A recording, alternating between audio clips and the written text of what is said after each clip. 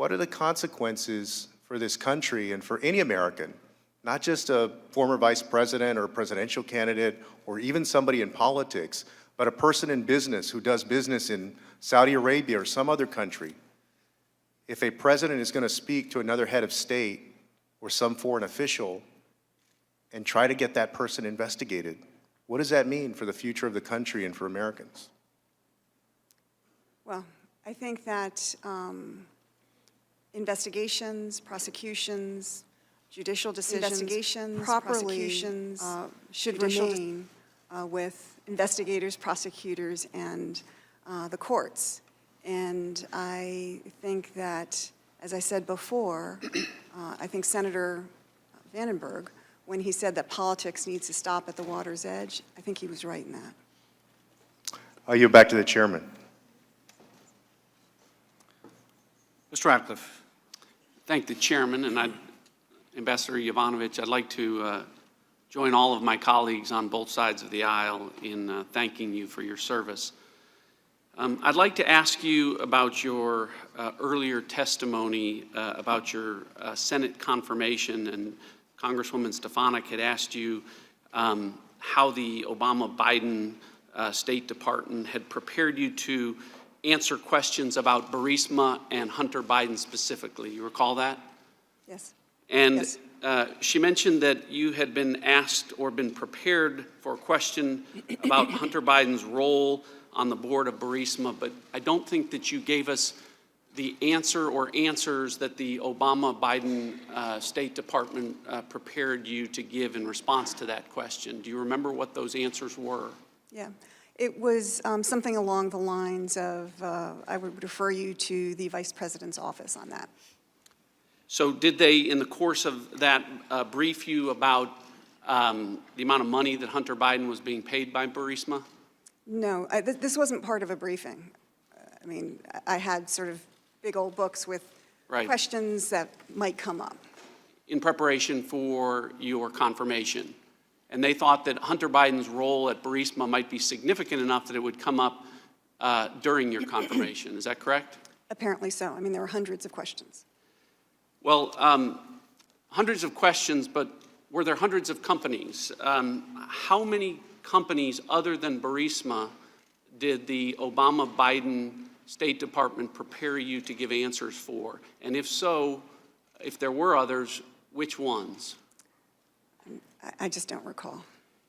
You don't recall that there were any other companies, is that correct? I'm quite sure there probably were some companies, but I mean, you know, this is a while ago and I don't recall. But you specifically recall Burisma? Yes. All right. Out of thousands of companies in the Ukraine, the only one that you recall the Obama-Biden State Department preparing you to answer questions about was the one where the Vice President's son was on the board. Is that fair? Yes. You understood from Deputy Assistant Secretary George Kent's testimony, as it's been related to you, that he testified a few days ago. Do you understand that that arrangement, Hunter Biden's role on the Burisma board, caused him enough concern that, as he testified in his statement, that in February of 2015, I raised my concern that Hunter Biden's status as a board member could create the perception of a conflict of interest. And he went on to talk about the Vice President's responsibilities over the Ukrainian policy as one of those factors. Do you recall that? Yes. Do you agree with that? Yeah.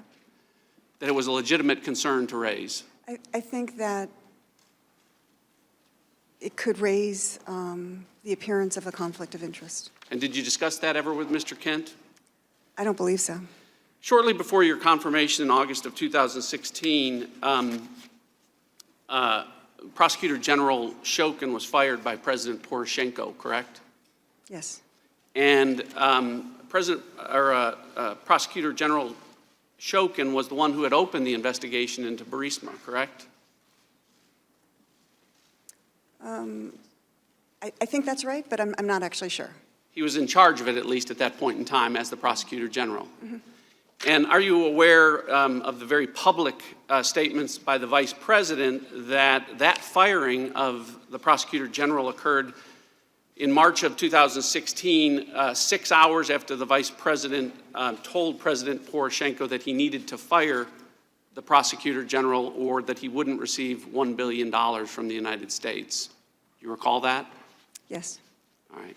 And do you think that raises a potential concern or conflict of interest that the Vice President of the United States was ordering the firing of the prosecutor in charge of a company that has been identified as one that is substantially corrupt? I actually don't. I don't think that the view that Mr. Shokin was not a good prosecutor general fighting corruption, I don't think that had anything to do with the Burisma case. But the legitimate concern about Hunter Biden's role was legitimate, correct? I think it creates a concern that there could be an appearance of Well, based on your conflict of interest. testimony, Ambassador, I'd like to renew my request, Mr. Chairman, that Hunter Biden's testimony that has been Time of the gentleman has expired. requested by the Republicans be considered The gentleman has expired. as Mr. legitimate Heck, rather than as a sham, as the Gentleman will has been suspend. referred to Gentleman will by the suspend. chairman. Your time has I expired. have a unanimous. Mr. Heck, I have a you're unanimous recognized. consent request. You're not recognized. Mr. Heck, you are. Ambassador, I'd like to thank you very much, add my voice of gratitude for your years of service. Frankly, you're the best of this nation, and I cannot think of anybody else I would rather have representing us in a foreign capital than you. My colleagues have gone to a great deal of effort to better understand the facts surrounding your removal. I think the facts are pretty clear. There was a smear campaign, and it was orchestrated by a corrupt Ukrainian prosecutor, the president's attorney, the president's son, and even some of the president's allies at his favorite TV station. So that campaign led to your removal, despite 33 years of outstanding service, progressive responsibility, and awards. And so I kind of sit here with a mix of emotions. On the one hand, there's some pride and gratitude for all your outstanding service, and on the other hand, I'm angry, like my friend from Connecticut. In fact, I'm very angry about how it is the most powerful person on the face of the earth would remove you from office after your stellar service and somehow feel compelled to characterize you as bad news and then to ominously threaten that you're going to go through some things. So I am angry, but I'm not surprised. After all, as was suggested earlier, he said the whistleblower may have committed treason, a crime punishable by death, even though the whistleblower strictly adhered to the letter of the law as independently attested to by both the Trump-appointed Inspector General and the acting DNI. After all, he even demeaned the memory of Senator McCain after he lied in his grave at the Naval Academy grounds, despite a lifetime of public service and serving 6 years as a prisoner of war in a tiny cell in Hanoi, being beaten and tortured every day. And after all, he belittled the Gold Star Khan family, whose son, Captain Khan, gave his last full measure of devotion out of love for this country. And let me tell you, as somebody whose older brother never saw his 35th birthday because of service in the Vietnam War, those words are deeply offensive. Words matter, and the words leveled against you constitute bullying of the worst order. Your good character, your outstanding reputation have been besmirched in a way that is devoid of common decency. But here's my message to you. There is nothing, Ambassador Yovanovitch, nothing he can say or do, not a thing, that will in any way diminish the nature and quality of the service you have rendered to our great nation. Not a thing. And there is not a thing he can say or do that will diminish our gratitude to you for that service. And I thank you again for it. Thank you. So as to the larger point, I would like you to answer, what does this mean to Ukraine when the United States actually engages in the kind of behavior that we are attempting to discourage them from engaging in, namely a politically motivated prosecution. What does that mean to what does that mean to them in their struggling efforts to become a robust democracy? What's the impact in Ukraine for this behavior? Yeah. Well, I think Ukraine, like many countries, looks to us for the power of our example. And I think that when we engage in questionable activities, that raises a question. And it emboldens those who are corrupt, who don't want to see Ukraine become, a democracy, a free market economy, a part of Europe, but want Ukraine to stay in, under Russia's thrall. And that's not in our national security interests. Thank you, Ambassador Yovanovitch. Thank you so very much.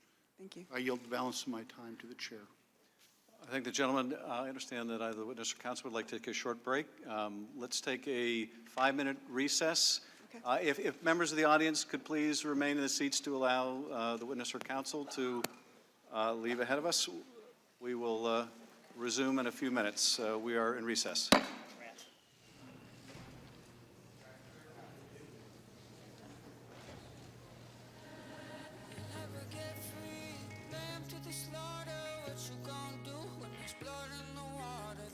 Of your greed is your son and your daughter. What you gonna do when there's blood in the water? Look me in my eyes, tell me everything's not fine. All the people ain't happy, and the river has run dry. You thought you could go free, but that system is done for. If you listen real closely, there's a knock at your front door. You'll never get free, lamb to the slaughter. What you gonna do when there's blood in the water? The price of your greed is your son and your daughter. What you gonna do when there's blood in the water? When there's blood in the water.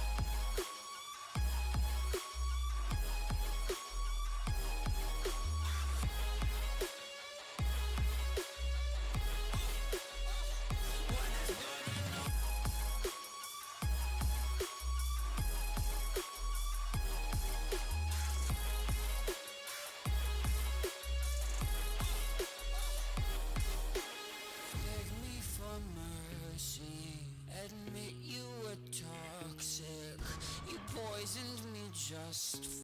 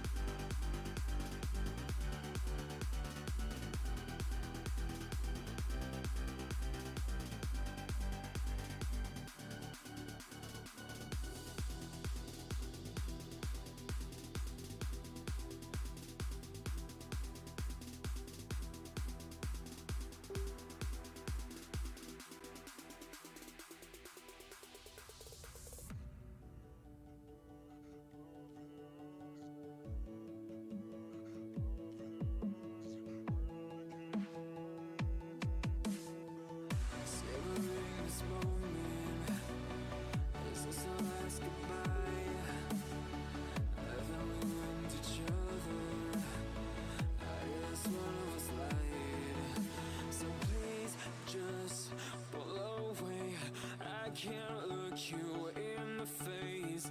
I don't wanna have to lie. I wanted this love to survive. Now when I look in your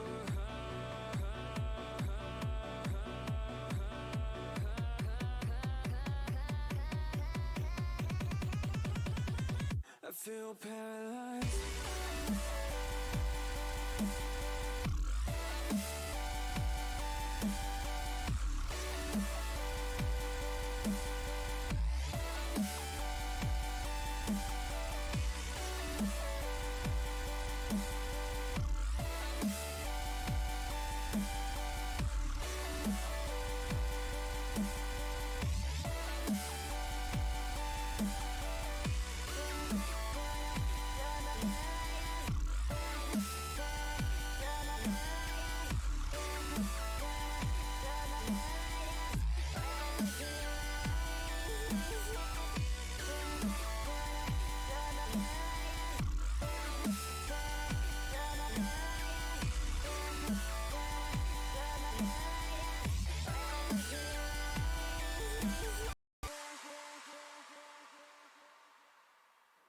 Now I know it's over.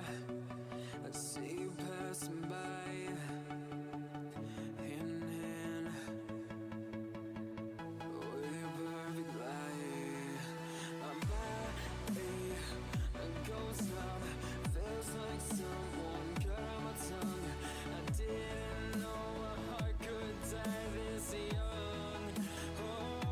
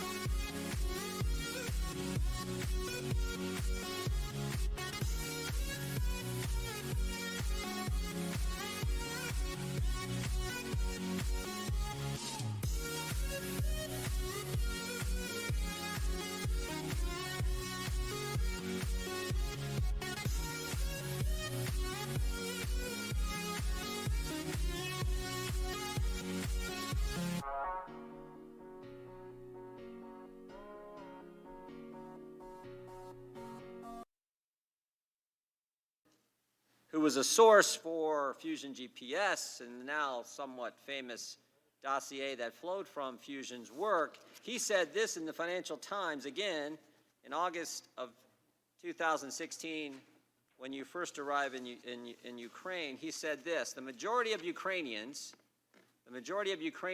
politicians are on Hillary Clinton's side. So you had several high-ranking officials in the government, in the Ukrainian government, and when President Poroshenko is president of Ukraine, criticize President Trump, then candidate Trump, all in the late summer and fall of 2016. What I want to know, Ambassador, when this was all happening, did you go talk to anyone in the Ukrainian government about this? Did you go say to some of these officials, hey, you guys need to knock this off, this perception that we got, as Mr. Lyshenko said, the majority of Ukrainian politicians on Hillary Clinton's side, that's not good. Did you have that conversation? No. Didn't talk to anyone in the government? Did you talk to President Poroshenko? No. Didn't alert anyone in the government? No. Well, one of the things we've heard so much over the last 6 weeks in depositions and frankly in the hearing on Wednesday is how important bipartisan support is for Ukraine. Democrats and Republicans agree they want to help Ukraine. In fact, the Democrats' first witness, their star witness on Wednesday, Mr. Taylor said Ukraine's most important strategic asset is this bipartisan support. And you would agree with that, right? I do. He said this in his testimony on Wednesday. On September 11th, I learned that the hold had been lifted the next day. Ambassador Taylor said, I conveyed this news to President Zelensky and the Ukrainian foreign minister, and I reminded Mr. Yarmak of the high strategic value of bipartisan support for Ukraine and the importance of not getting involved in other countries' elections. So what I'm wondering is, this is the day after the aid's been lifted that Ambassador Taylor made this statement to the Ukrainian government. And he makes this after there's nothing been done by Ukraine to influence our election. Because President Zelensky didn't announce he was doing an investigation and the aid was lifted. But he felt he needed to say that. But in 2016, when we know that the majority of Ukrainian politicians want Clinton to win, because it was said by a member of parliament, when the ambassador to the United States from Ukraine writes criticizing then candidate Trump, when Mr. Avakov calls candidate Trump all kinds of names, nobody goes and talks to him and tells him to knock it off. Did you have any conversations, Ambassador, with Victoria Nuland or Secretary of State Perry about what was going on in 2016 and this majority of Ukrainian politicians being for candidate Clinton and not and opposed to President Trump? No, I did not. No one did anything. No one did anything. You see why maybe the president was a little concerned about what went on in Ukraine? And you couple that with the corruption level that we know exists in Ukraine, you add to that this idea that he's not a big fan of foreign aid, why he might be a little concerned about sending the hard-earned tax dollars of the American people to Ukraine? I'm sorry, is there a question there? There was. Okay, could you repeat it, please? I'm asking. Time of the gentleman's expired, but I'll allow you to repeat the question. Thank you, Mr. Chairman. I'm asking, maybe we can kind of see why the president was a little concerned when you have the highest ranking officials in the government, the ambassador criticizing him, parliamentary member Lyshenko criticizing him, when you have Avakov, the guy who first told you about Giuliani, criticizing him. All this going on, and when you couple that with the concerns he has about corruption, the concerns he has about Europe not doing enough, the concerns he has about reluctance to send in the hard-earned tax dollars to any country, Jordan, frankly. I have indulged you with extra time, but I appreciate it. my indulgence is wearing out. I appreciate it. There is a question Our, here, right? our indulgence wore out with you a long time ago, Mr. Chairman. Well, I'll tell you that. I'm about to gavel you down, so if you have a question, I suggest you I'm pose asking it. her, do you think there's maybe a reason that this was, that President Trump's concern was justified? You know, I can't speak for the president on this, but what I would say is you've listed a number of actions. I think from my point of view, that doesn't create a Ukrainian government strategy to interfere in our I elections. didn't say that. Mr. Jordan, please allow the ambassador to answer the question. So I would just say that, you know, U.S. politicians will often criticize policies of foreign counterparts, even perhaps during their elections. You know, this happens in politics, and I think that it doesn't necessarily constitute interference. Would you ever write an op-ed Jordan, your time has critical of a expired. presidential Jordan, candidate in Ukraine? Jordan, your time has expired. Mr. Welch, you're recognized. Thank you, Mr. Chairman. Like everybody here, I'm extraordinarily grateful to you for your career of public service, and I feel very badly about what you've had to endure. Like your colleagues, you don't complain. You're doing your job. I feel badly about the insults, the tweet this morning, the fact that you were smeared, not fired. But the question, as you know, is not how you were treated. Mm-hmm. The question is why the president did what he did and whether what he did was a breach of trust. The question really is about whether the President of the United States, any president, has the authority to withhold congressionally approved aid, to condition a White House meeting on extracting from a foreign leader a willingness to assist him in his political campaign. That's the question. And that brings us to you as part of the story, because the question is, why were you fired from that position? I want to read a portion of the president's call on July 25th with President Zelensky. And this is the painful part when you first heard about it. The former ambassador from the United States, the woman, was bad news, and the people she was dealing with in Ukraine were bad news. So I just want to let you know that. The other thing, he goes right into this, there's a lot of talk about Biden's son, that Biden stopped the prosecution. And a lot of the people want to find out about that, so whatever you can do with the Attorney General would be great. You indicated in response to my colleague Mr. Castro's question that if you were asked to approach a foreign leader and condition American support on their being involved in our campaign, you would refuse to do that. Yes. Yes. And you're aware now, but I don't know if you were then, but that July 25th phone call occurred the day after Director Mueller reported that the interference in our 2016 campaign was not from Ukraine. It was active, concerted, energetic, and by the Russians, correct? Yes. Now, as ambassador, you had no knowledge of whatever it is President Trump ultimately seems to have wanted to get for cooperation in this investigation. Isn't that's correct? Yes.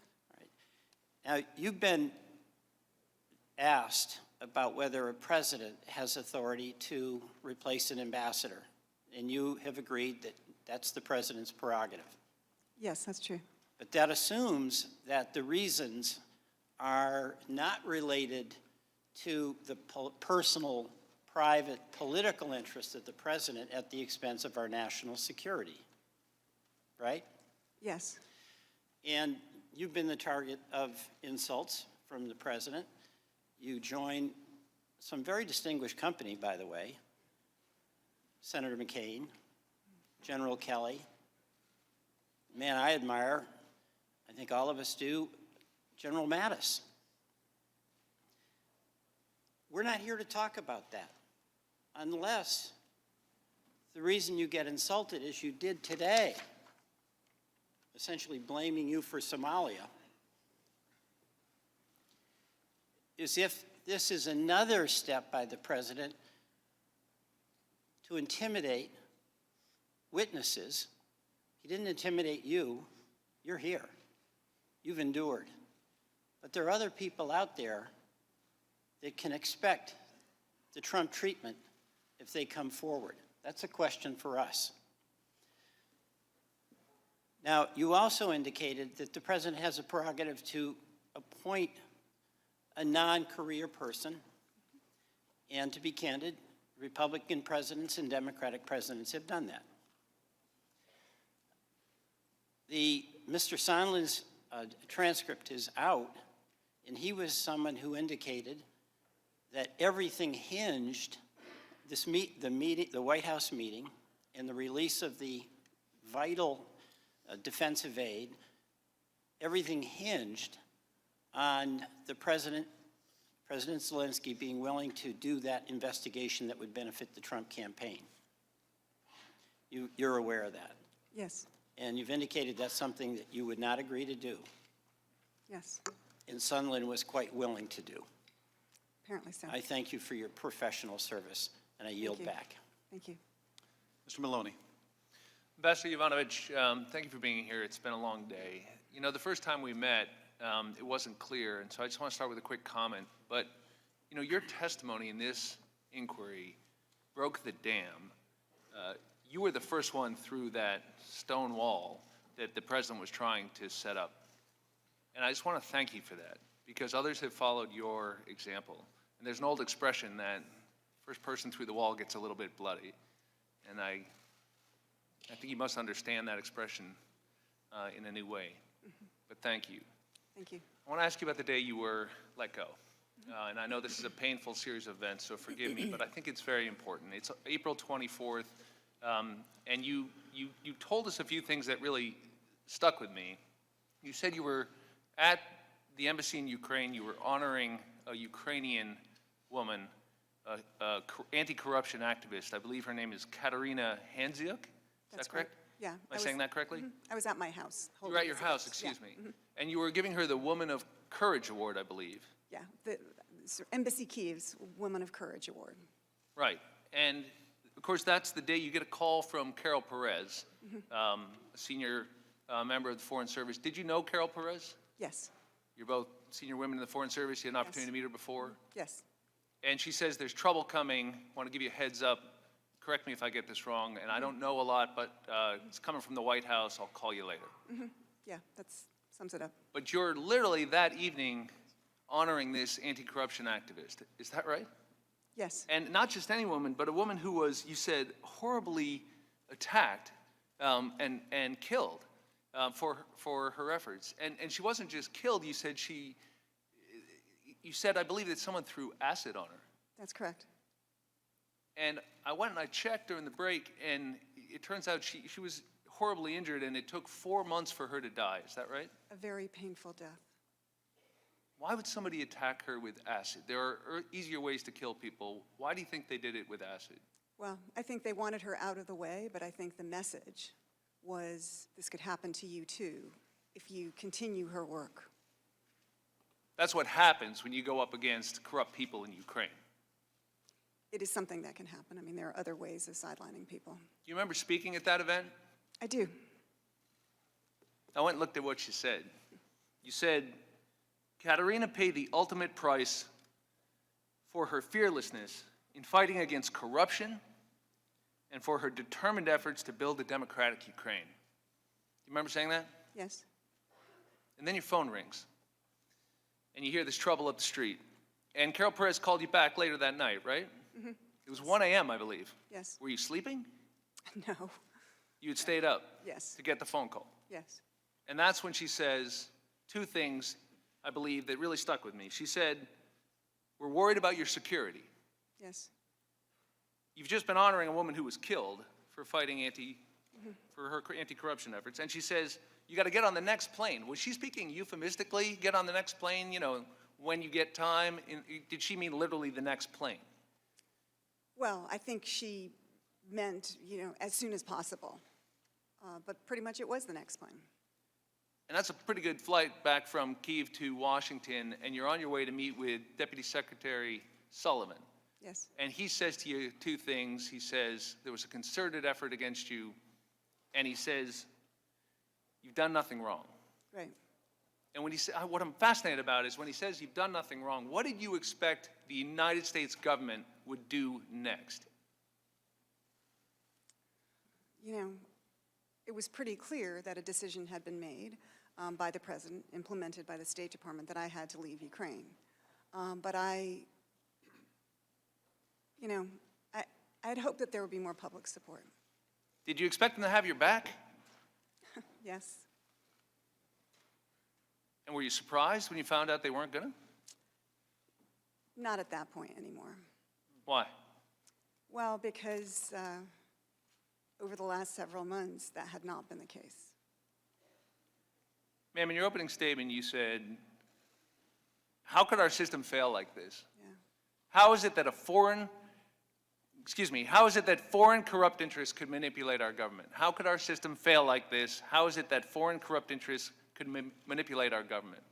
I want you to know, ma'am, that that is the very question we are determined to get an answer for. And I want to thank you on behalf of your country for your service and with our work in answering that question. I yield back, Mr. Chairman. Thank you. Ms. Demings. Thank you so much, Mr. Chairman. Ambassador, everyone in this room should be thankful for your service to our nation. I have 4 little girls in my life, and as I sit here thinking about them, and as a woman, I could not be prouder of you, and I consider you an inspiration for women around the world. I just have to say before I get into my questioning is I think it's disgraceful to hear my colleagues refer to your sworn testimony as a performance today, or speak in a condescending way, basically suggesting that the woman, because I think that's how the president referred to you, I'm not sure he knows your name or there's some other meaning there, but to basically suggest that the woman should be thankful for whatever she was left with, smear campaign and all, after you were recalled. But I want you to know today that we thank you for your service, your 33 years of service. Ambassador, on a press conference call on October 17th, acting White House Chief of Staff Mulvaney discussed his belief that it's entirely appropriate to politicize U.S. foreign policy. Here's what he said. If you read the news reports and you believe them, what did McKinley say yesterday? Well, McKinley said yesterday that he was really upset with the political influence in foreign policy. That was one of the reasons he was so upset about this. And I have news for everybody. Get over it. There's going to be political influence in foreign policy. Ambassador Yovanovitch, do you share the concern raised by Ambassador McKinley in testimony before this committee about political influence in foreign policy? Well, as I said before, I think it's important to keep political influence out of foreign policy because we all, whether we are Republican or Democrats or something else, have common security interests, and that needs to be safeguarded and advanced. And what message do you think it sends to other foreign service officers and public service, which we so desperately need good ones, when an administration refuses to support its own officials in the face of a smear campaign? Well, it's deeply troubling. It's deeply troubling, and there are morale issues at the State Department. Morale issues at the State Department. I can understand why. On March 20th of 2019, President Trump tweeted an article that included a letter from Representative Pete Sessions that said you had, and I quote, spoken privately and repeatedly about your disdain for the current administration in a way that might call for the expulsion of you as your ambassador to Ukraine immediately. Did you speak publicly and privately about your disdain for the Trump administration? No. Why do you think the president would want to push such a lie? I don't know. I don't know. Policies change, but U.S. interests don't. Not for those who are seeking to do the work of protecting our nation, the work you have done for decades. The president, his chief of staff, and his allies seem to want nothing more than to smear the good people trying to protect this country and to hijack our institutions for their personal and political gain. Again, Ambassador, we thank you so much for your service, and I'll yield my remaining time to the chairman. Thank you. I thank the gentlewoman. I'm going to go to Mr. Krishnamurthy. Good afternoon, Ambassador, and thank you to the family as well for being here in support of you today. I'd like to direct you to an area of bipartisanship, namely aid to Ukraine. Congress, on an overwhelmingly bipartisan basis, has appropriated hundreds of millions of dollars in military assistance to Ukraine, correct? Yes. And that aid is being used by Ukraine to fight a common adversary, namely Russia, right? Yes. The U.S., in fact, has consistently partnered with other European countries to keep Russia at bay and maintain the peace in Europe, right? Yes. As Ambassador Taylor suggested earlier this week, supporting Ukraine helps maintain peace so that Americans don't have to go to war again in Europe, right? Yes. Suspending that aid and weakening Ukraine can increase the likelihood of the opposite, correct? Yes, it is extremely short-sighted. The last time you were in Ukraine was May 20th of this year, right? Yes. In his opening statement, Ambassador Taylor said he took charge in Ukraine on June 17th. Yes. Therefore, there was almost a 1-month gap between the time you departed and when Taylor took over, right? Yes. Yes. During that time, on May 20th, Ambassador Sondland, Rick Perry, and others came to the inauguration of President Zelensky, right? Yes. And during that gap in time, Ambassador Sondland visited the White House, along with others, and got directions from President Trump to talk to Rudy. Those were his words. Talk to Rudy about what to do in Ukraine, right? That's my understanding. In other words, isn't it the case that your departure and the 1-month gap between the time you left and when Ambassador Taylor arrived provided the perfect opportunity for another group of people to basically take over Ukraine policy? Isn't that right? Yeah. Ambassador, you're going to have to speak a little louder into the mic. Yes. Yes. Thank you. On page 10 of your opening statement, you mentioned, quote unquote, corrupt interests apparently hijacking our Ukraine policy, right? Yes. A couple suspect individuals in that regard were Lev Parnas and Igor Fruman, right? Yes. You mentioned in response to Minority Counsel earlier that you learned that Fruman and Parnas were attempting to open a liquefied natural gas company, correct? Yes. How'd you learn that, by the way? I heard it from the Minister of Interior.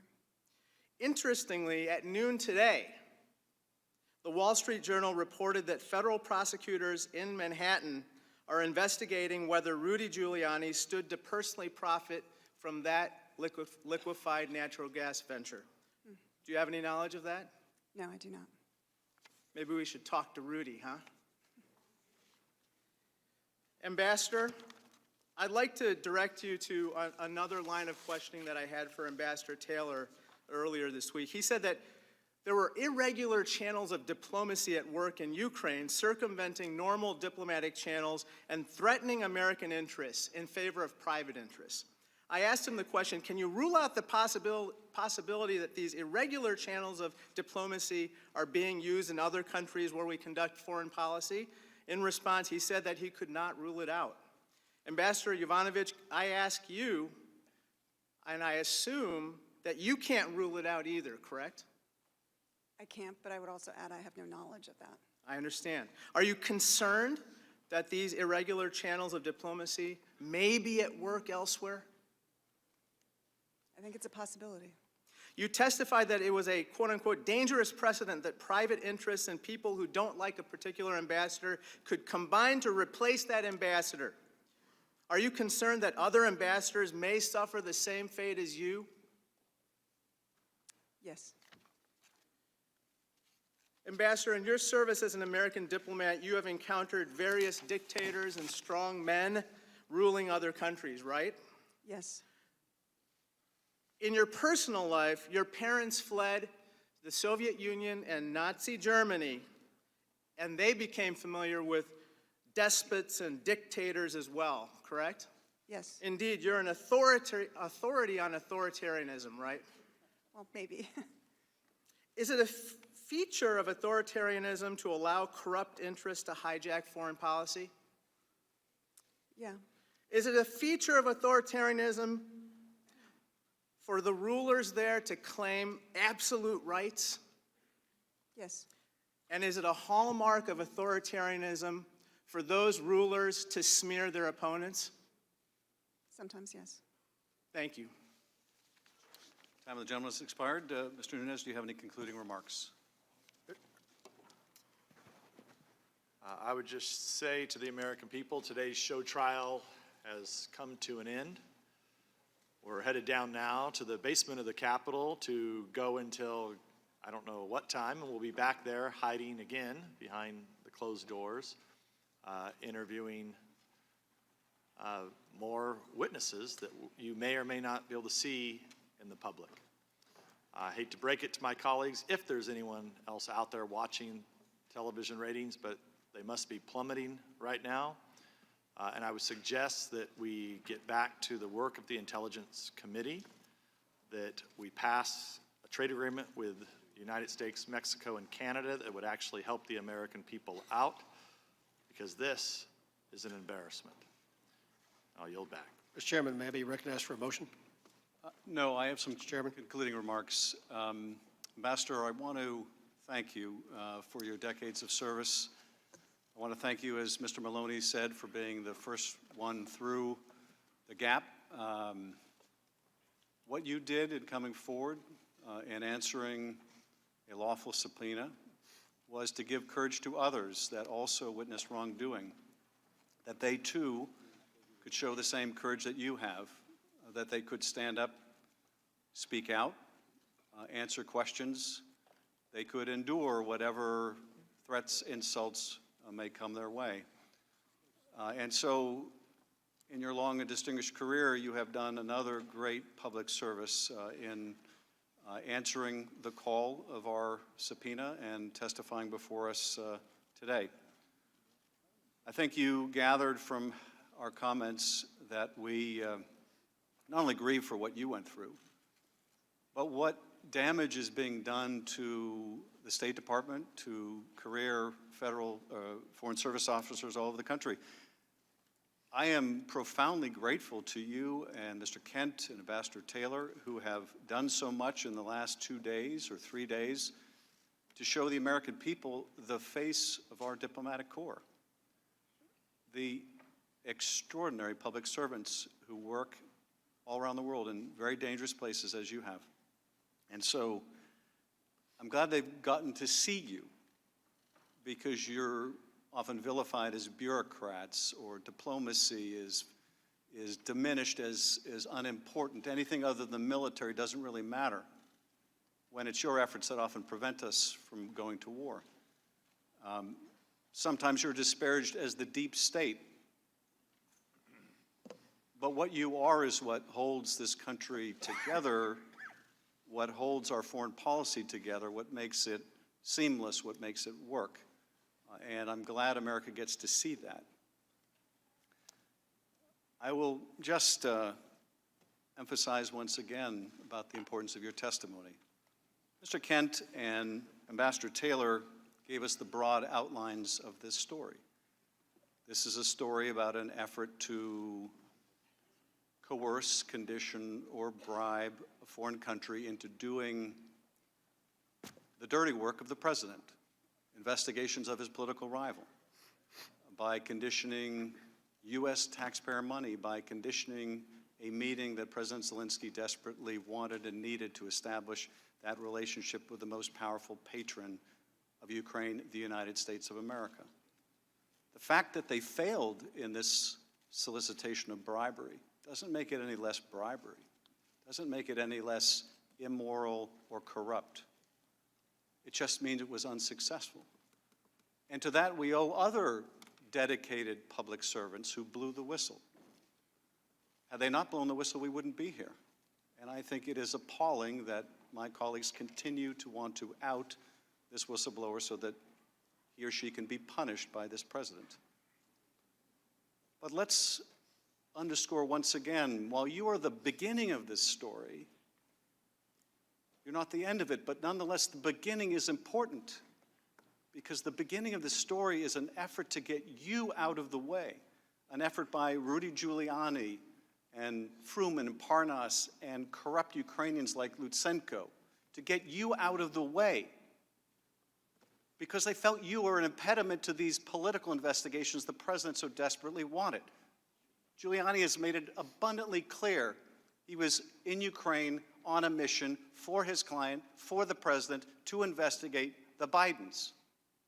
And you were viewed as an obstacle that had to go, not just by Giuliani, but by the President of the United States. And if people had any doubt about it, they should do what the President asks, read the transcript.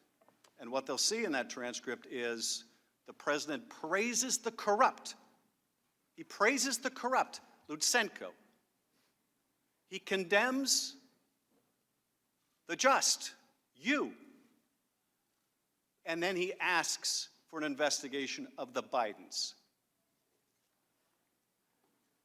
There is no camouflaging that corrupt intent. We are adjourned. Mr. Speaker, I speak on condition. Mr. Please Chairman, allow the witness to Mr. leave. Chairman, you Please allow the witness to disparaged leave. those members on this side of the aisle. We should have a chance to respond to your disparaging remarks. Mr. Chairman, I demand or seek. Mr. Chairman, Mr. Chairman, Mr. Chairman.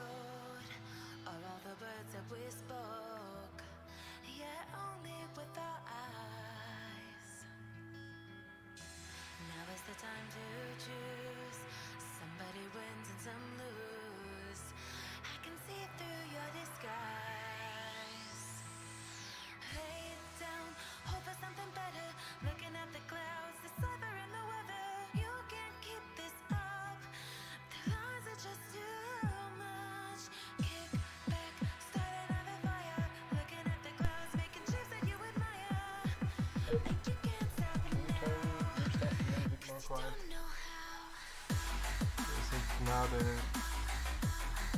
ricochet. Yes, before I was listening to Congress, they just finished the hearings, so yeah, I switched to the music. Just let me know if the music is too loud or I'm too quiet, so I can change the microphone settings.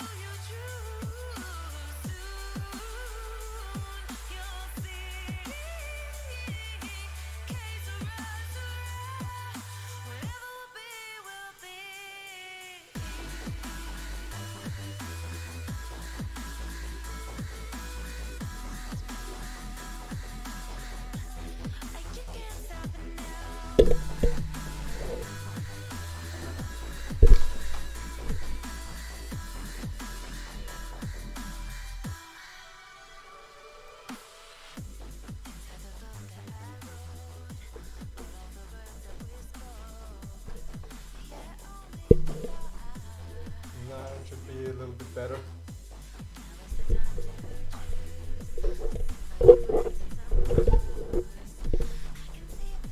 Now.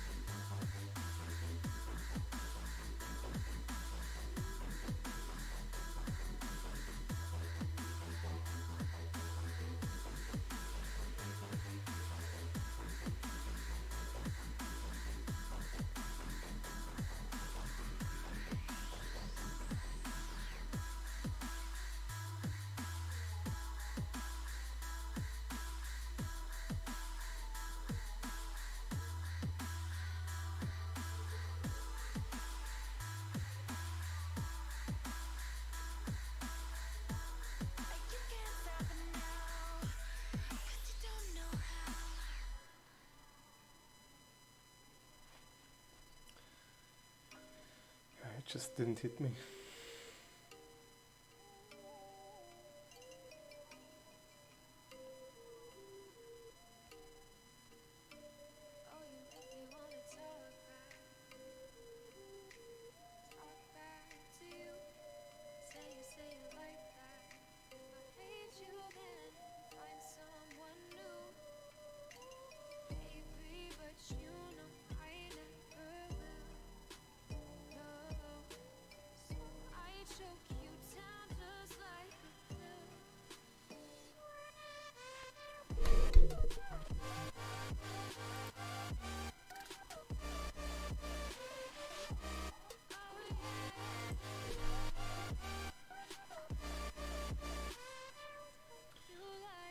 If you have any questions to any champion or just any game mode or so, just let me know.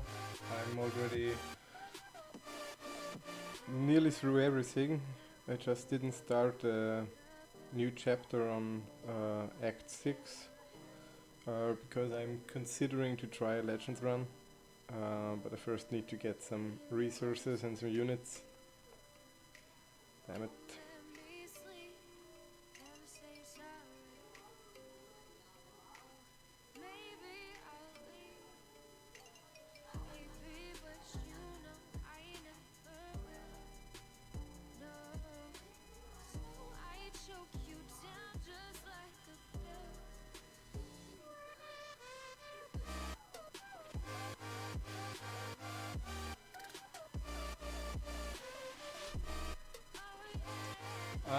I'm thinking about it, but I have a goal on the bottom.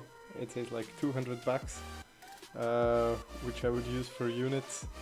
I'm not sure if I would need it, but as far as I know, just the energy revives, not the revives, the energy is about. Energy costs around 1,400 or 1,600 units just for the energy refills. So that's why I'm also now like farming some potions and stuff. So I'm thinking about it.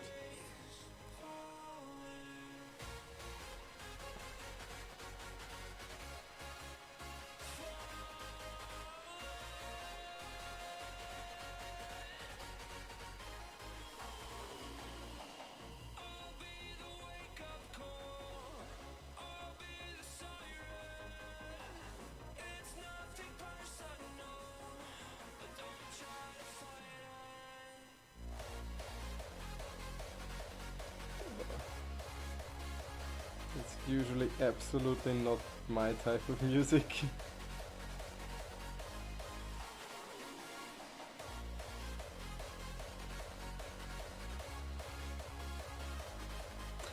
Oh, damn it.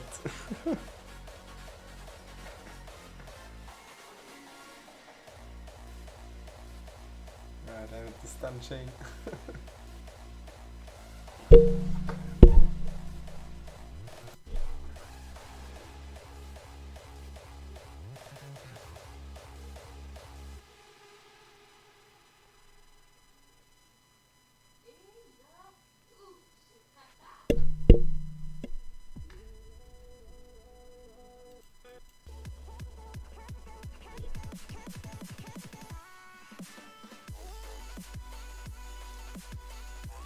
I have not finished as chapter 6.2 yet.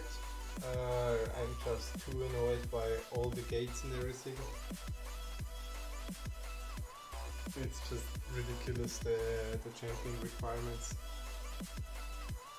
Especially about the synergies.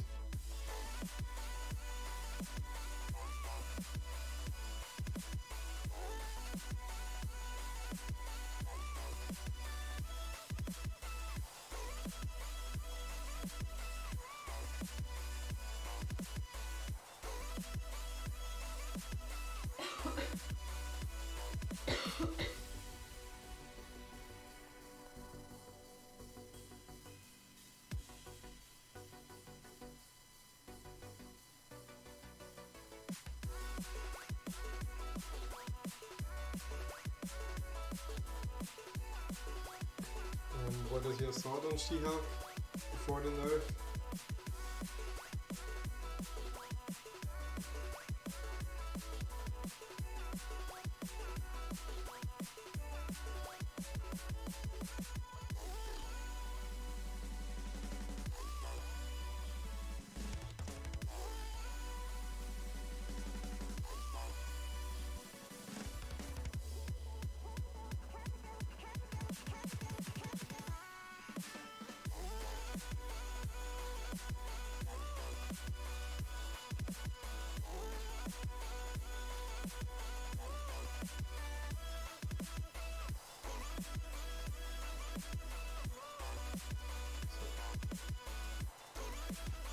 What your thought is on the She-Hulk on rank 2?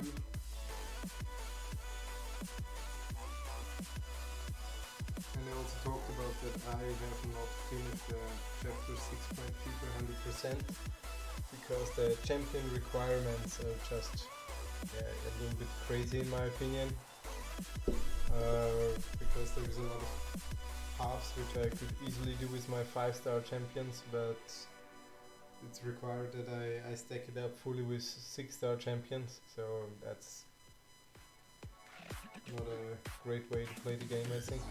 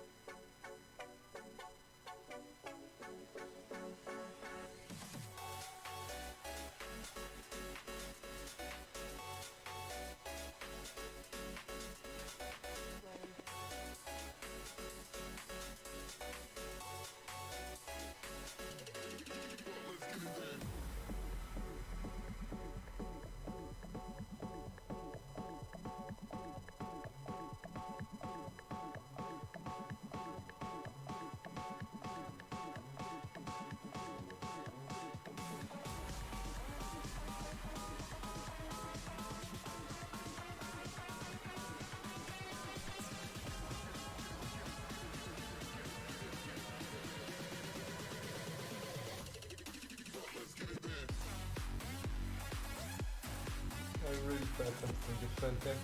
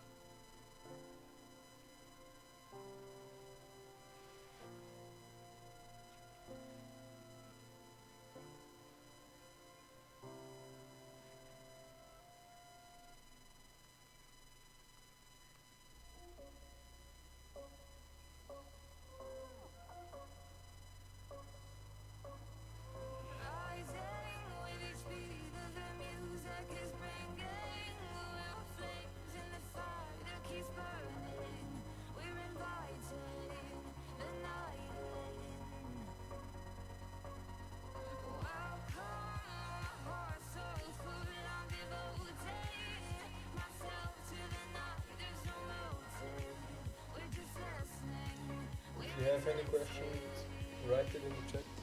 I can see it.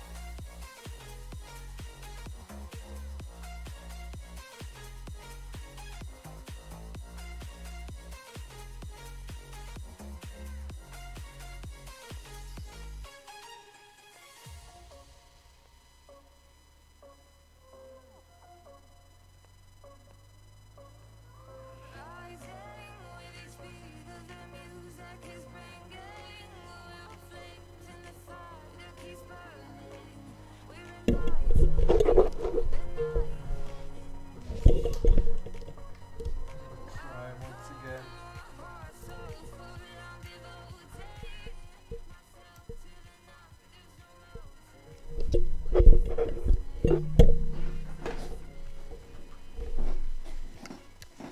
I have the microphone now pretty much in my face, so now you should hear me as good as it gets.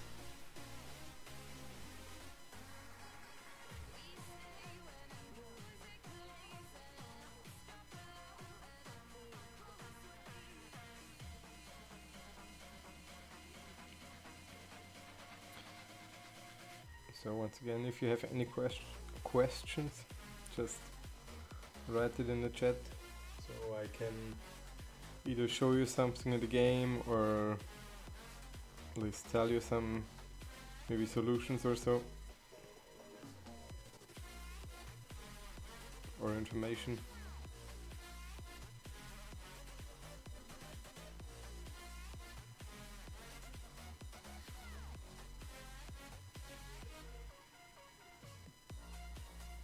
It's good. But as you can see, I cannot turn the mic more to me. We're getting wrecked.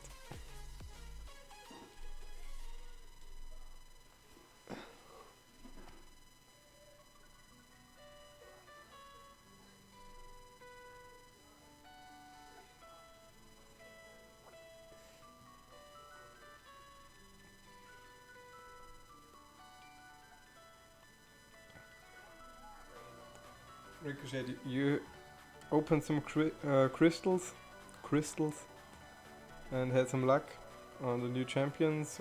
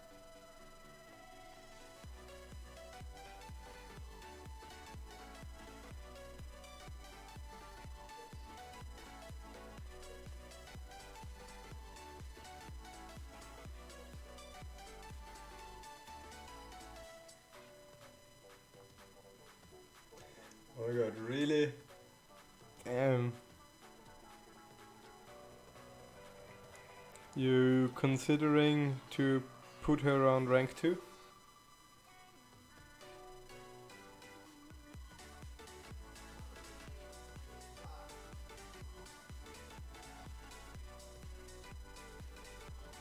Yeah, I also was thinking about saving up for Cyber Monday, but I'm really hardly thinking about the Legends run for 6.3. But I'm still not sure. I will see.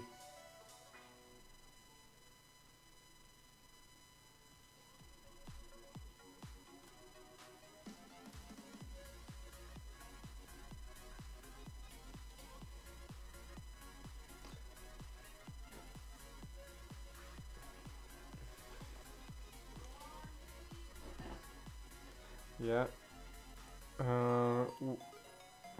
Which champions you have? You have Warlock and I don't know. You have Aegon.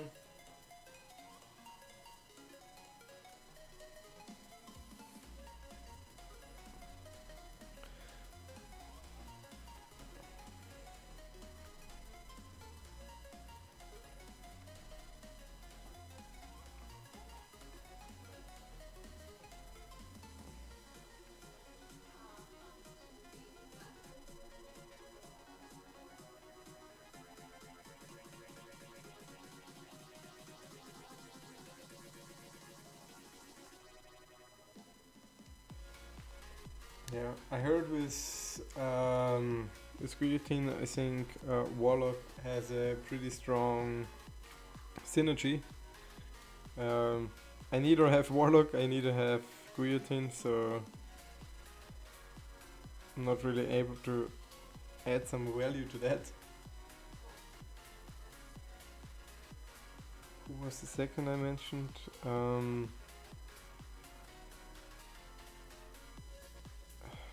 Who is the second? Yeah, in general, which other champions you have on rank 2 or rank 5? What's your usual team you're going with? And you planning to go with her into Alliance War, or you wanna play with her just in, I don't know, Labyrinth, if you haven't already finished it?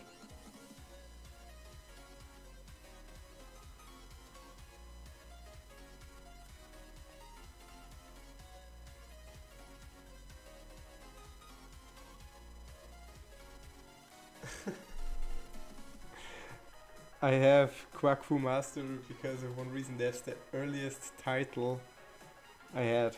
So if I go into the title sections, when you press on the icon on the side, you see the dates. And where is it now? Quack Fu Master.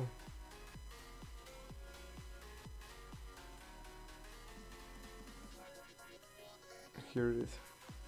This is from, yeah, December 2016.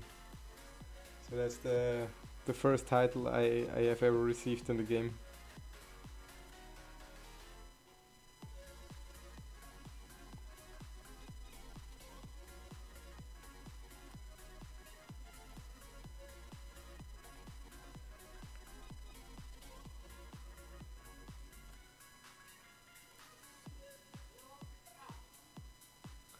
Oh, so playing already the same time period.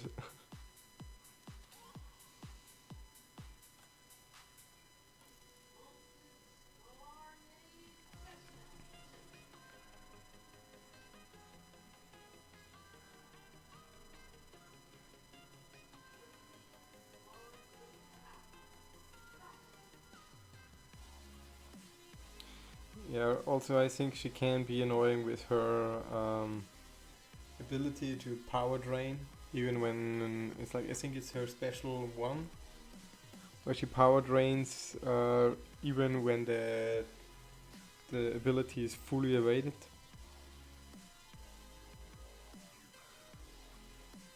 I think that can be annoying.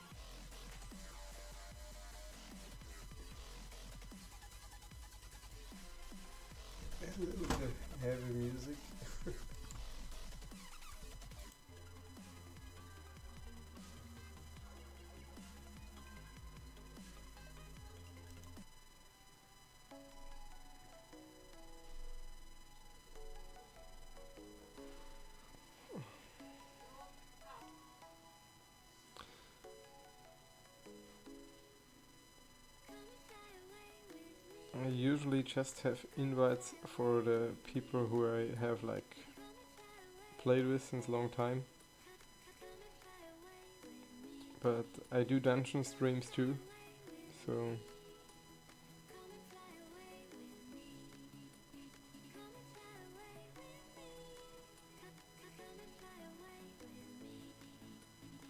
I guess that's you.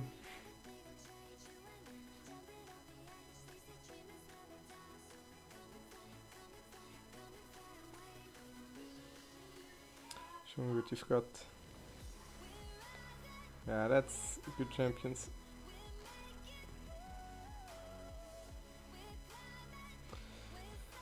Telling you, when you duplicate your ghost, you will be so happy.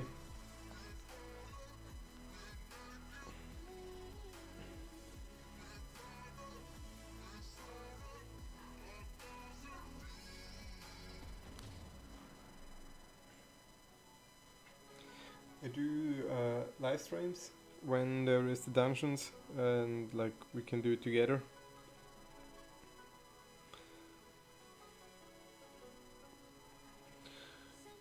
With Ghost, if you have the right synergy, you can go more or less alone through dungeons. It's crazy.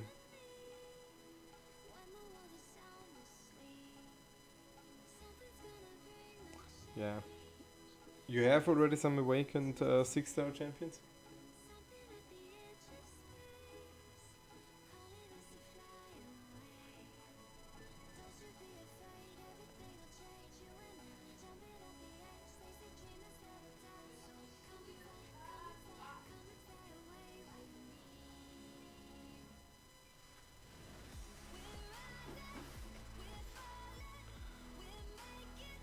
I until now was really lucky with my 6-star pulls.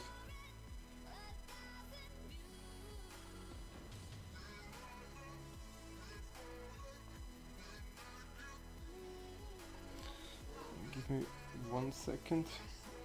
I need to quickly write something out. Loki and Sinister awakened. I'm not sure about Sinister's awakened ability, but Loki, I guess, he was not mostly happy about it.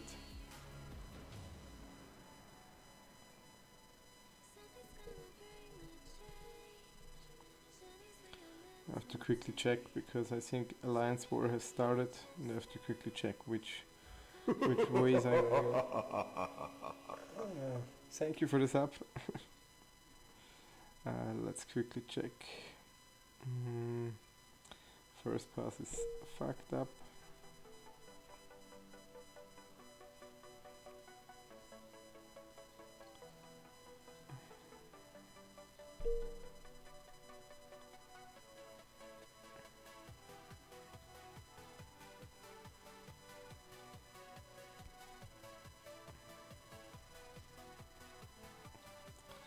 One more moment and I'm back on the...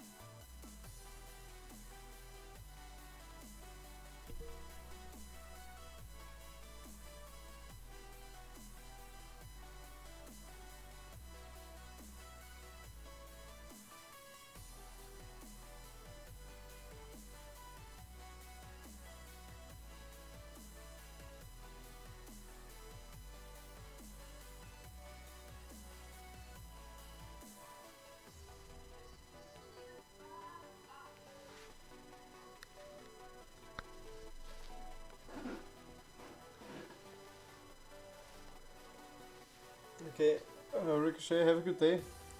Thanks for the sub. See you next time.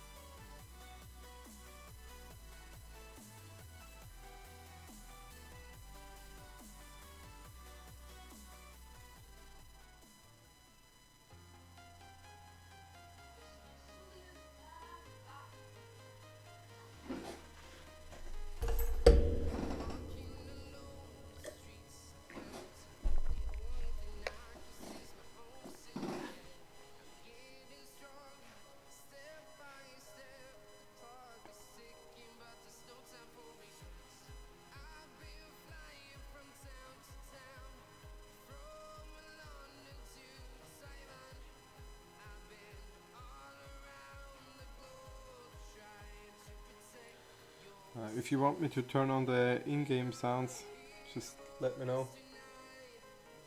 I think they're currently turned off.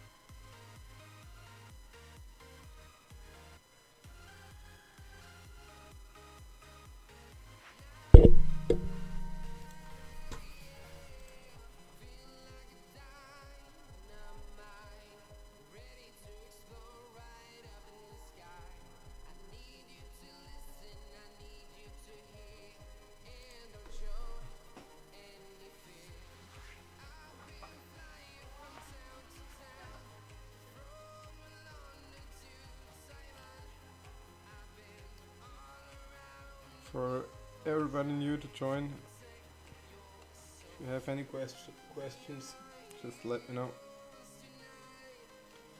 Und es geht auch auf Deutsch. Es laggt.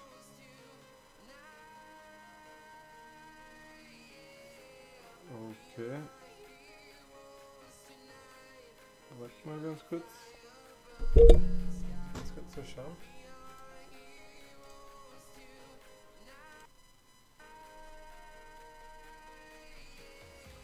Sag mal, ob es jetzt besser wird. Und WLAN ist abgedreht. Hallo Omnidas. Kannst du sagen, ob es besser wird jetzt oder nicht? Passt. Ich habe im Hintergrund ein bisschen die Musik laufen und die lädt auch runter, und weil es typisch YouTube ist, hat das natürlich hohe Bildqualität eingestellt.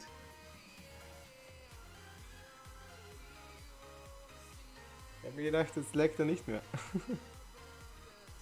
Ja, machen wir dann Map 7. Können wir alle zusehen. Der erste Pfad ist sowieso der schwierigste.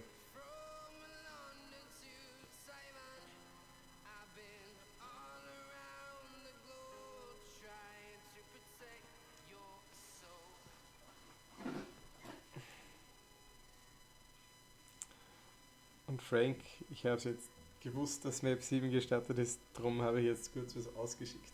Immer mal wieder.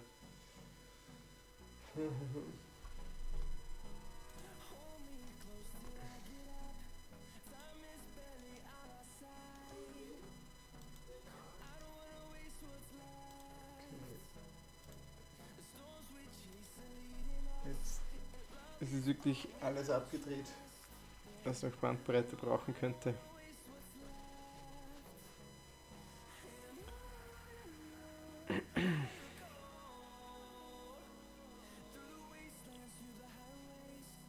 Mal ganz kurz im zweiten Sektor.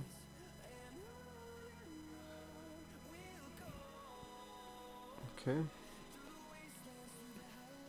Und hier, der Mephisto, der ist das. Ja.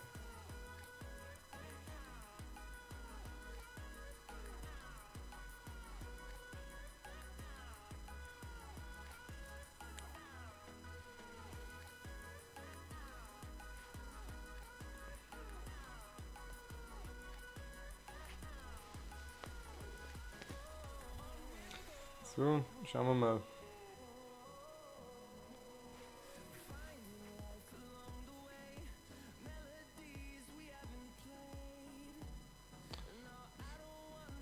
Wie geht's los? Fangt schon gut an.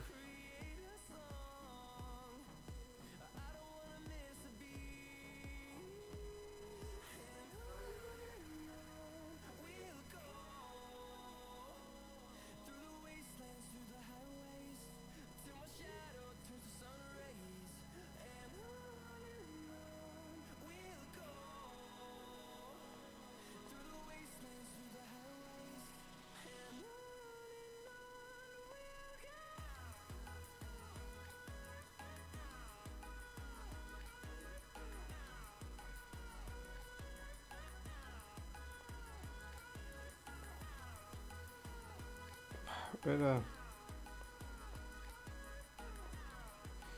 Endlich.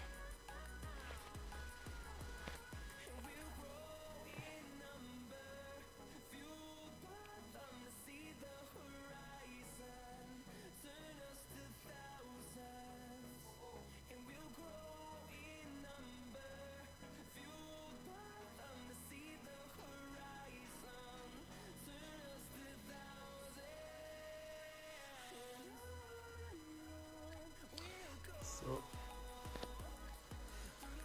Dann haben wir den ersten.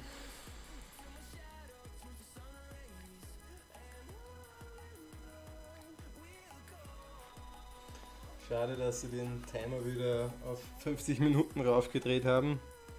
Ich muss sagen, das mit 30 Minuten, das war echt angenehm. Da war das viel relaxter zu spielen.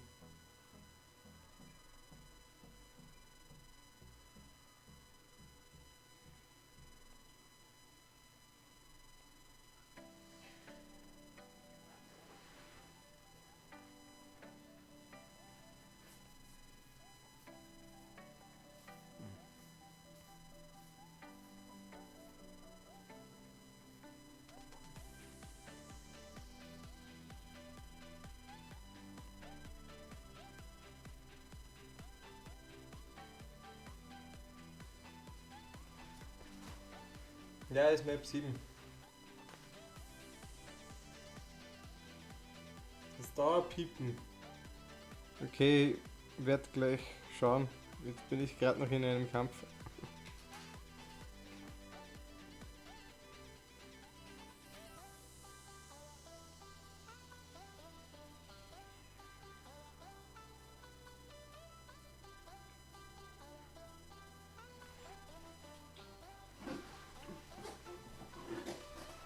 Ja, 30 Minuten war echt nice.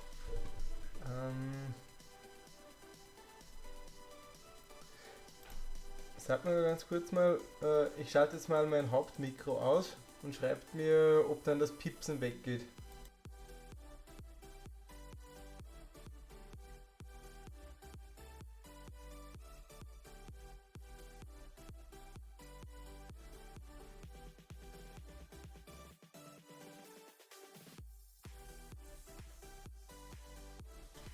Weil da ist das Piepsen weg.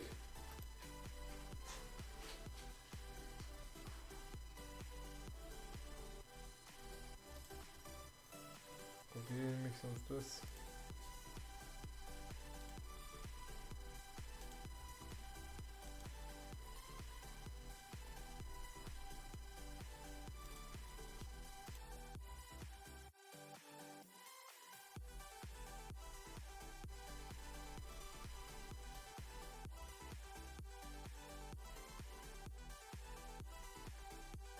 So. Ich hoffe, jetzt ist es besser. Den Filter reingegeben.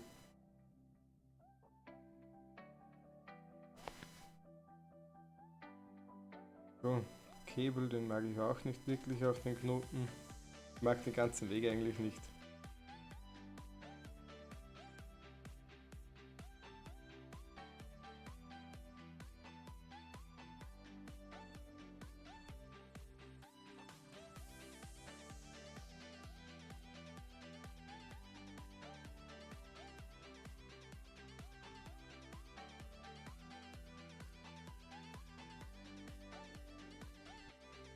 Ernsthaft jetzt.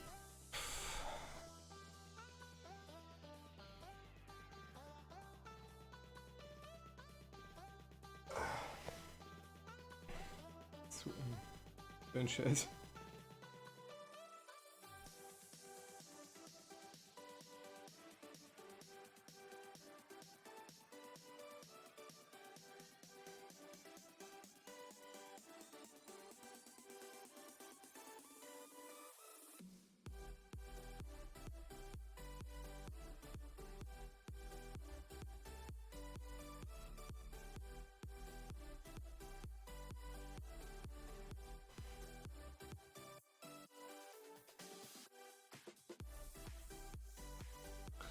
Darum mache ich den Weg nicht unbedingt, weil da kommt einfach so viel Blockschaden durch.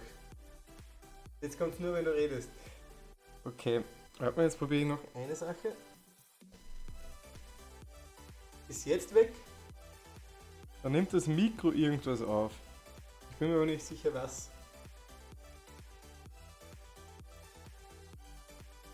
So, da ist noch ein Knoten drauf, da gehe ich nicht an.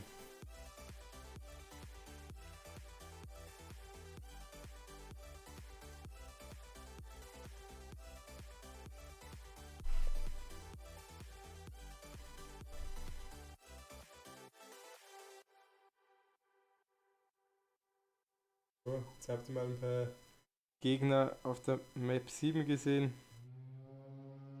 Sind lästig.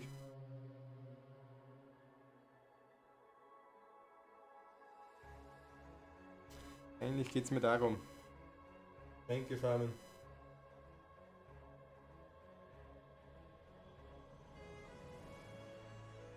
Das habe ich schon durch.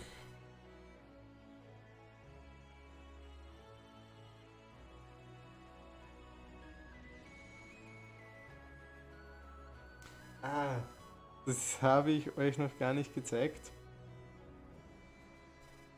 Ich hatte leider einen Spielabsturz letztes Mal. Ich wollte ein Video machen. Muss ich das kurz anders aufmachen. Und beim Videomachen ist leider das Videomachen kaputt gegangen. Aber ich habe zumindest einen Screenshot gemacht, von was ich aus einem 5-Stern-Kristall gezogen habe.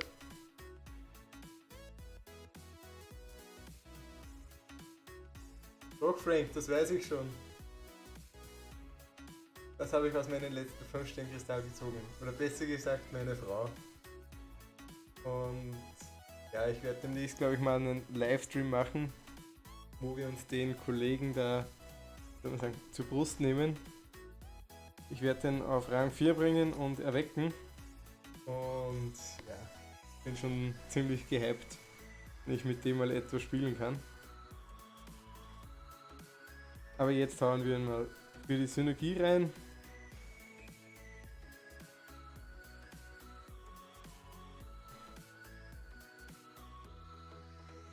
Wir hauen einfach mal alles rein. Ja? Ja? Das kann leicht sein. Ich habe genug Gold. Wenn du öfters mal was.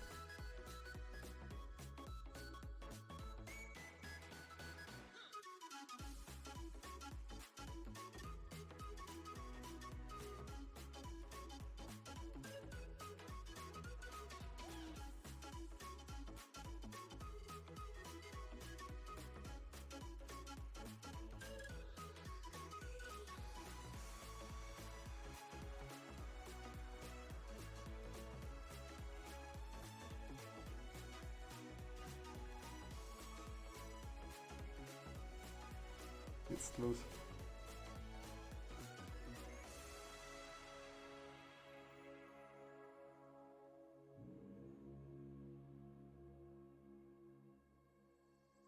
Summer in the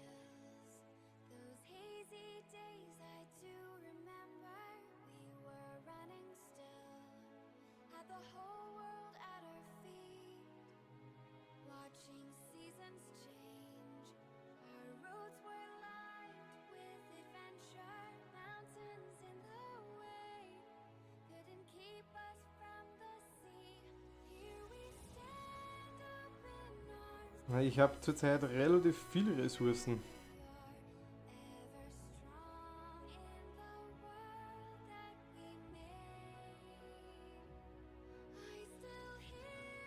in the breeze, see your shadows in the trees, holding on memories never change.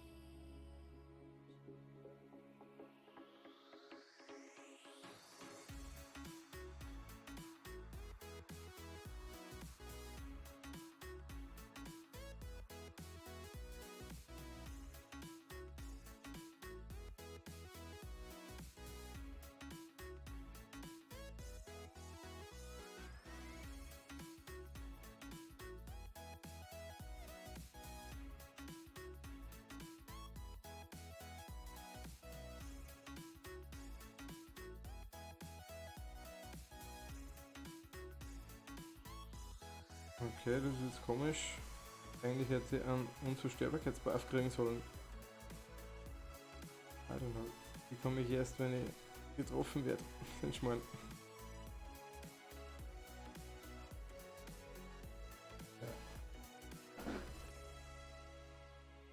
Ich habe jetzt zurzeit relativ viele Ressourcen eigentlich. Also, wenn ich mir das so anschaue.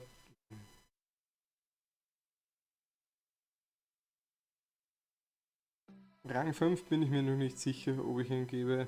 Könnte ich aber, man sieht, ich habe 3, 4, 5 Basics und ich hätte auch genug von den Talententwicklern. Ja, 15 Alpha 2. Das Thema ist bei Nick Fury, ich habe hier die ganzen Rank-Ups.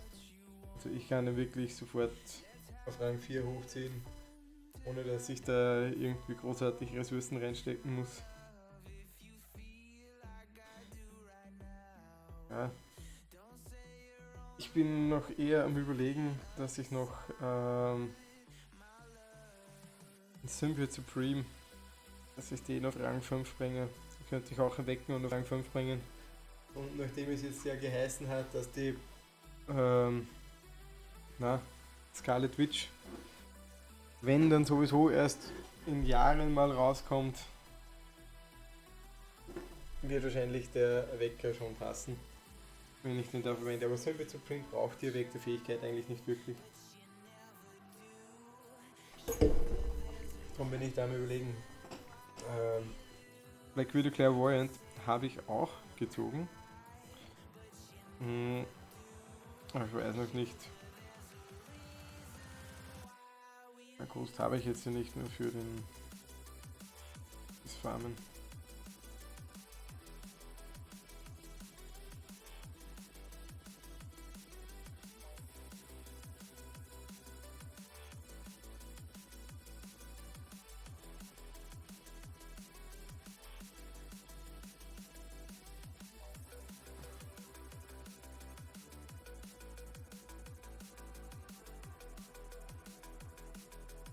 Händler.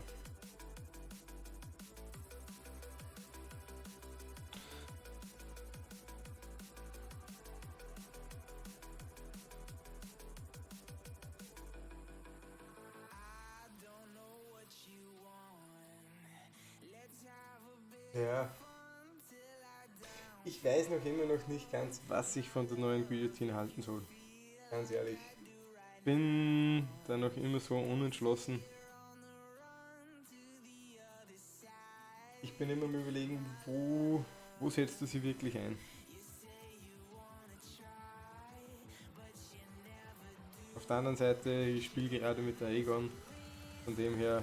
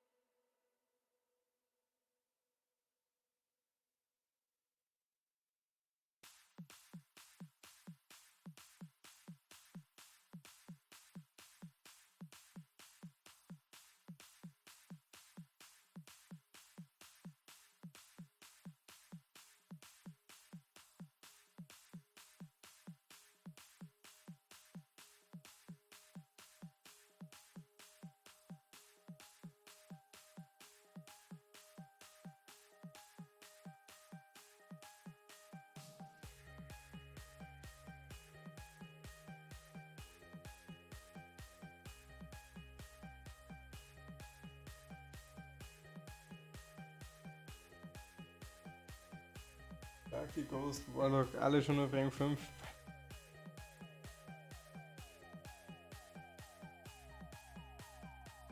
Ich habe weder Sparky noch Warlock, also Sparky habe ich nicht auf Rang 5 und Warlock habe ich gar nicht. Warlock ist einer der wenigen Champions, wo ich noch wirklich sage, den würde ich richtig gerne haben. Gibt ja zum Glück nicht mehr so viele, weil ich schon die meisten habe.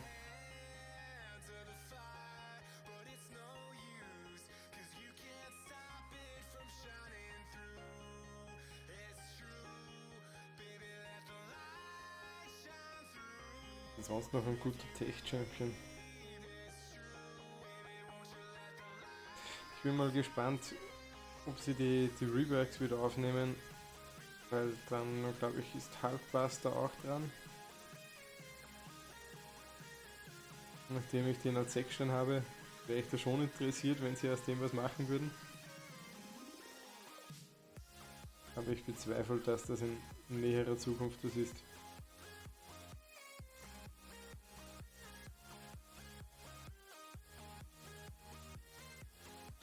Ich glaube sogar von Rang 4 auf Rang 5 für eine Mystik habe ich, glaube ich, sogar zwei Steine.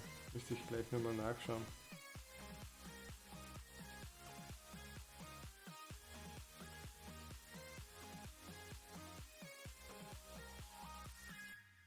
Auch an die anderen Leute, wenn ihr Fragen habt, schreibt es in den Chat. Ich bin jederzeit bereit, dass wir schnell mal in ein anderes Event reinspringen, dass wir uns irgendwelche Knoten anschauen oder sonstiges. Ihr müsst es nur sagen. Ja, nicht Champions. Inventar wollte ich kurz schauen.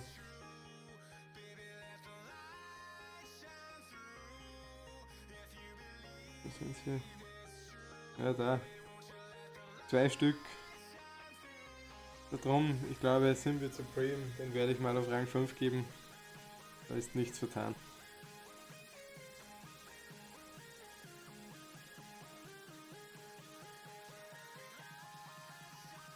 Echt Champions, was gibt's denn da sonst noch Gutes?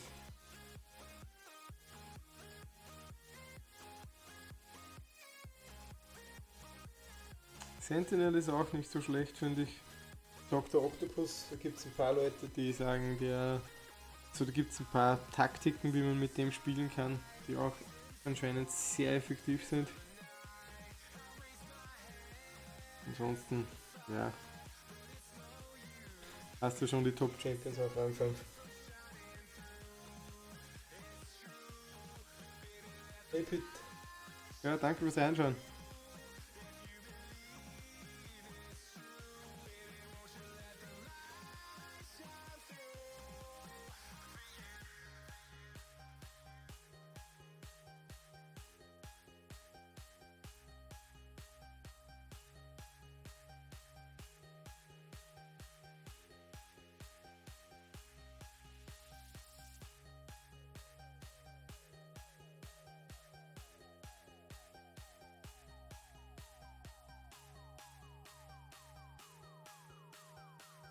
Was sagt ihr zum neuen Stream-Layout, was ich heute gebastelt habe?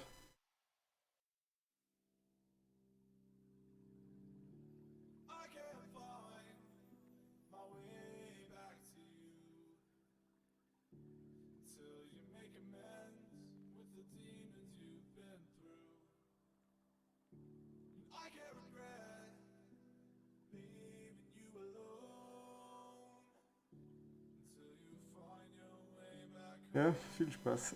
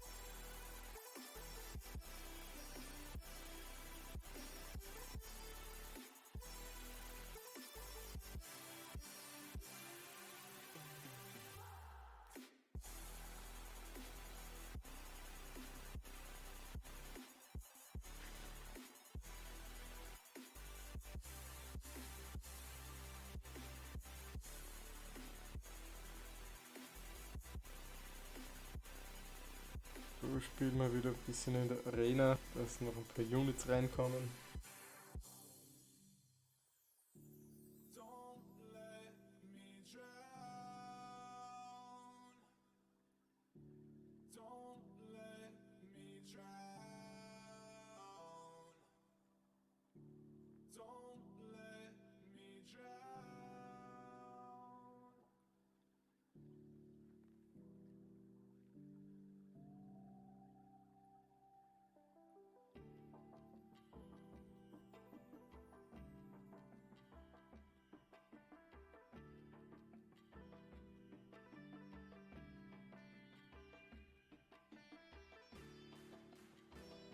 Naja, war schon schlecht.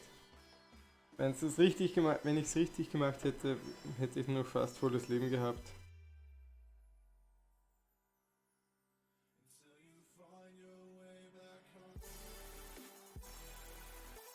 Als ich gemerkt habe, dass der Gegner nicht reinschlägt, hätte ich früher die SG3 zünden können.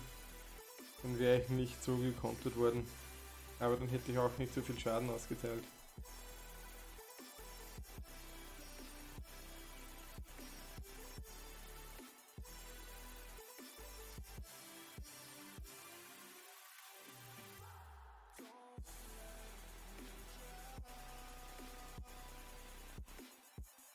If anybody's in the chat who is speaking English, don't hesitate, just write in the chat.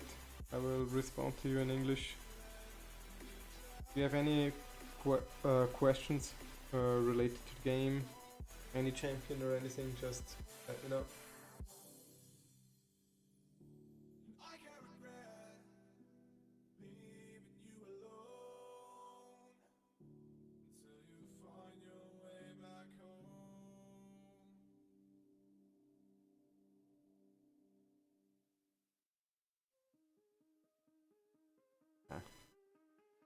Außerdem sind das auch keine Kämpfe, die man perfekt spielen muss.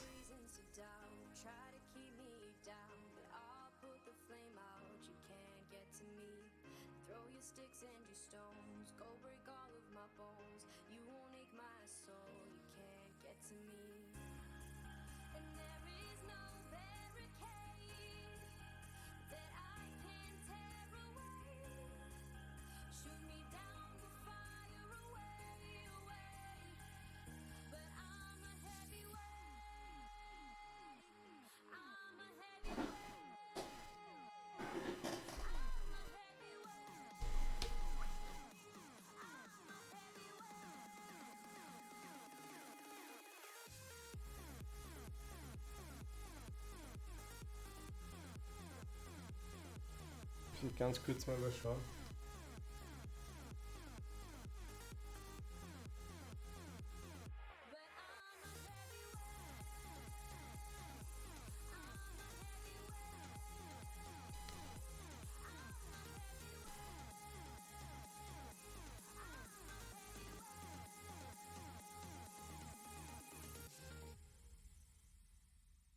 Push me down to the ground. What goes around comes around. You won't put the flame out. You can't get to me.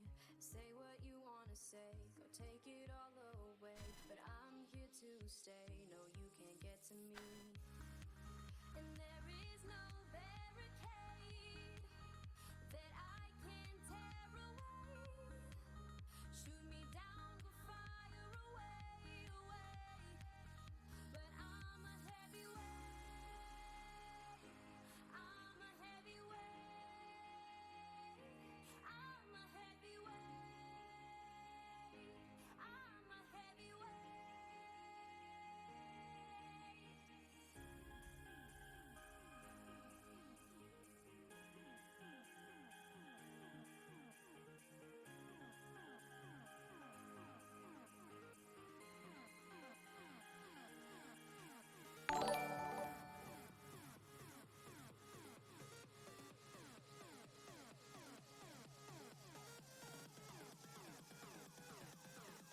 Danke für den Follow, Ricochet.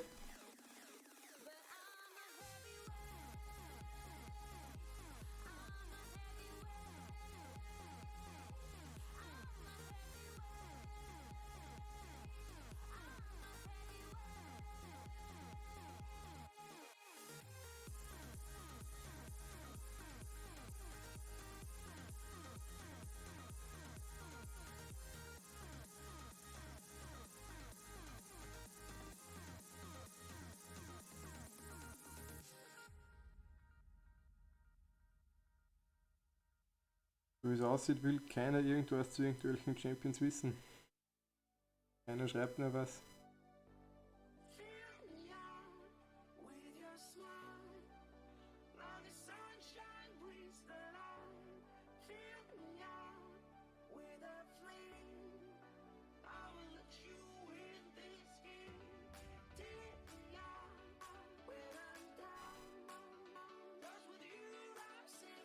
Ich vermute mal, die meisten von euch waren heute ein bisschen irritiert mit den komischen ISO-Belohnungen. Ich weiß nicht, ob das alle mitbekommen haben, aber Kabam hat ja ISO-Entschädigungen rausgeschickt. Nicht Belohnungen, sondern Entschädigungen. Die meisten Leute haben sich überhaupt nicht ausgekannt, um was da geht.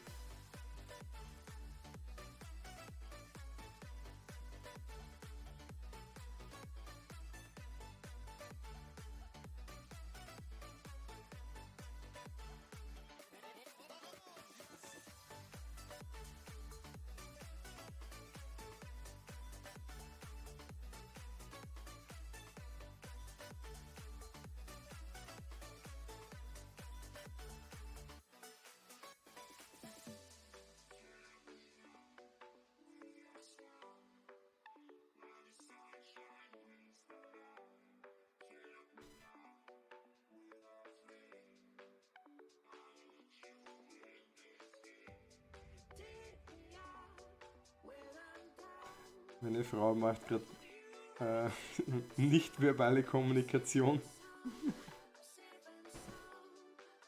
Ja.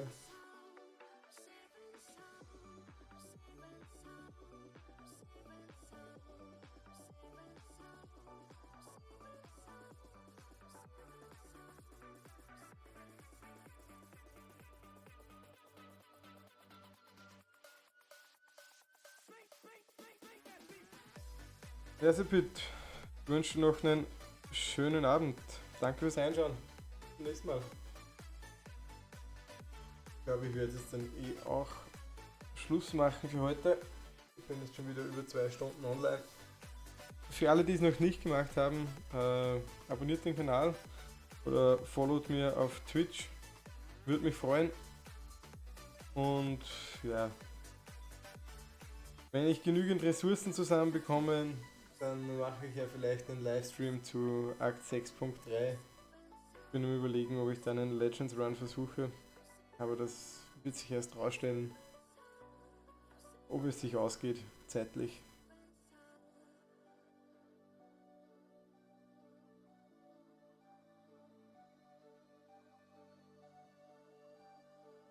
Wichtig so.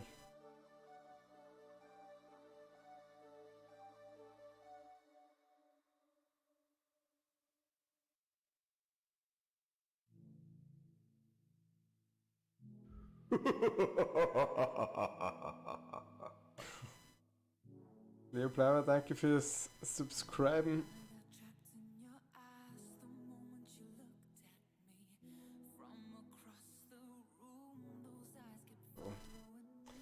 Ich werde auch Schluss machen für heute. Es sind jedoch schon wieder fast 2,5 Stunden. Aber ich glaube, ich werde das jetzt versuchen, öfters einfach nur solche Streams, wo ein bisschen grinden oder sowas, ein bisschen quatschen. Und ja, da könnt ihr dann, wenn ihr irgendwelche Probleme bei einem Event oder sowas habt, wie ihr seht, ich bin doch schon fast durch alles durch. Kann ich euch kurz zeigen.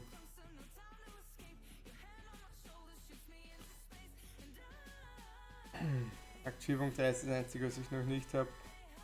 Hier, das sind einfach die Gates, wo ich mich noch etwas sträube. Mir etwas zu mühsam das Ganze. Aber hier auch ganz Variant-Modus. Also wenn ihr da irgendwelche Fragen habt, überlegt euch das. Und dann beim nächsten Mal könnt ihr einfach reinschauen. Sagt dann einfach und dann können wir uns das gemeinsam anschauen. Und findet sicher eine Lösung, wie ihr vielleicht auch bei den Problemen der Knoten durchkommt. Also dann, ich wünsche euch noch einen schönen Abend, viel Spaß und bis zum nächsten Mal. Tschüss.